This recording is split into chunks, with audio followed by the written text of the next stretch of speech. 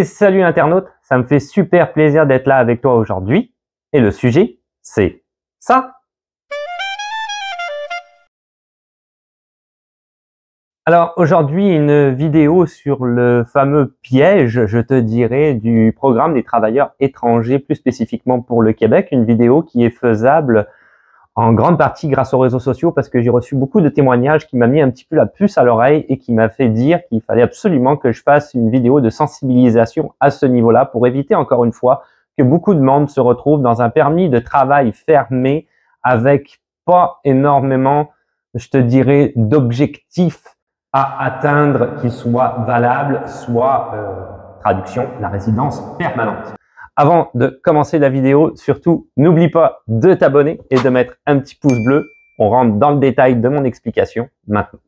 Alors aujourd'hui, on va parler plus particulièrement du programme des travailleurs étrangers. J'avais déjà fait une vidéo sur ma chaîne YouTube si tu veux savoir en détail comment ça se passe au niveau de la procédure.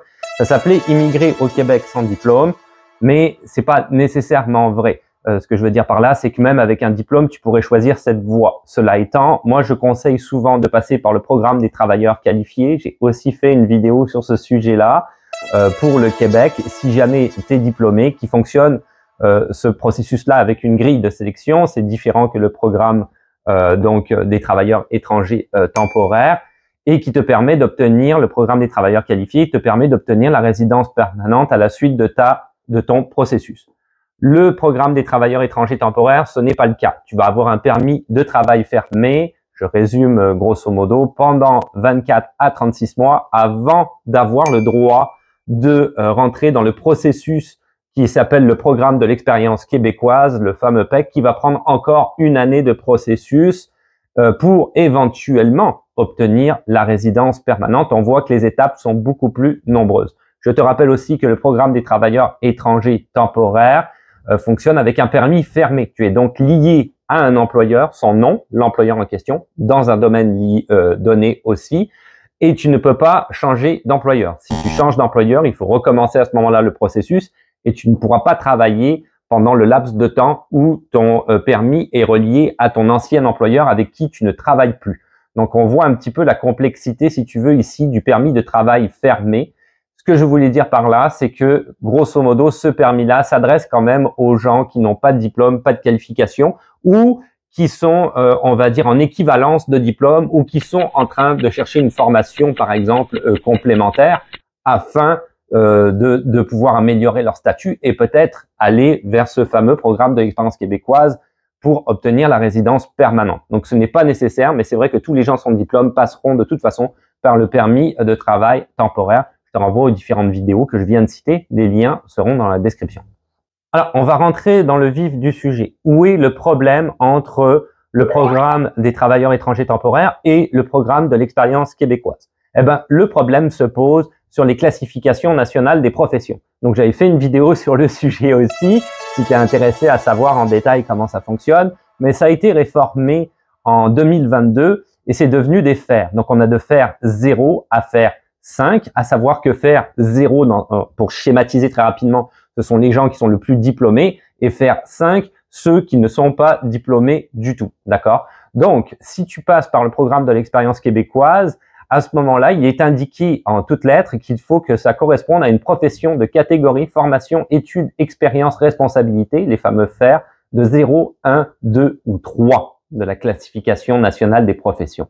Donc, ça veut dire que si tu es rentré en tant que travailleur étranger temporaire et que ton emploi fait partie des FER 4 ou 5, tu ne pourras pas demander la résidence permanente.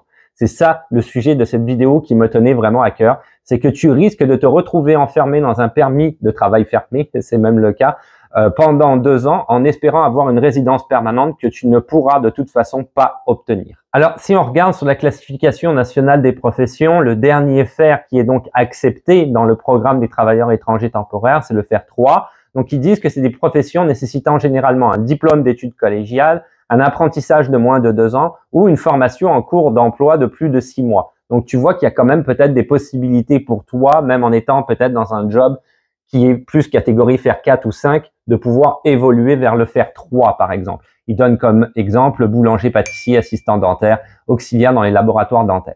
Faire 4 et faire 5 sont des faire 4 professions nécessitant généralement un diplôme d'études secondaires ou une formation en cours d'emploi de plusieurs semaines.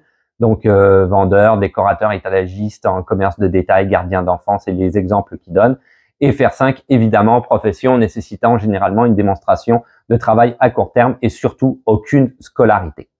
Alors, si tu es dans cette situation-là, que tu es donc pas, que tu es faire 4 ou faire 5, par exemple, ou faire 5 et que tu n'es pas du coup dans la bonne classification nationale de profession pour obtenir la résidence permanente. Il y a quand même des possibilités, ok? Première possibilité, c'est effectivement d'aller rechercher une autre formation. Il faut quand même que tu saches que tu peux cumuler permis de travail et permis d'études. Donc, tu pourras aller, par exemple, demander un permis d'études, une petite formation pour pouvoir atteindre le niveau faire 3, même en ayant un job qui correspond au faire 4, faire 5. Par exemple, quelqu'un était rentré en contact avec moi en me disant qu'elle était plongeuse dans un restaurant, mais si elle suit à ce moment-là une formation, ça va fonctionner une fois qu'elle arrivera dans le programme de l'expérience québécoise parce qu'elle aura le niveau demandé même si son expérience de travail est plus bas. Ok, donc tu as cette possibilité-là. Autre possibilité, c'est aussi de peut-être aller chercher dans une autre province.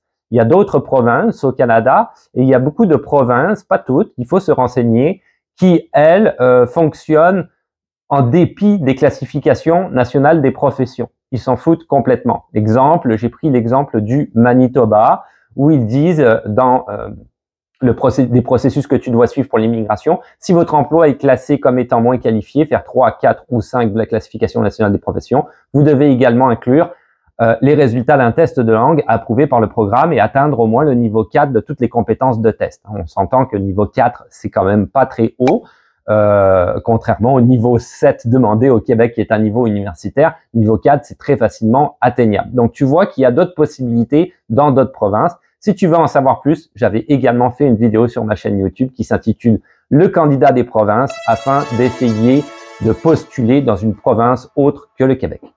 Et voilà, c'est tout pour aujourd'hui. Donc, c'était une vidéo de sensibilisation / éclaircissement qui me tenait vraiment à cœur parce que c'est vrai que le gouvernement, il s'en vante pas trop, hein, quand même, de cet état de fait-là. Et surtout, quand tu vas dans les processus d'immigration, ce que je trouve inadmissible, c'est que c'est même pas écrit en haut, en caractère gras. Ça devrait être écrit en haut quand tu deviens travailleur étranger temporaire, que tu as un permis fermé. Attention, seulement faire 0, 1, 2, 3 sont acceptés pour le programme de l'expérience québécoise, mais ce n'est pas indiqué.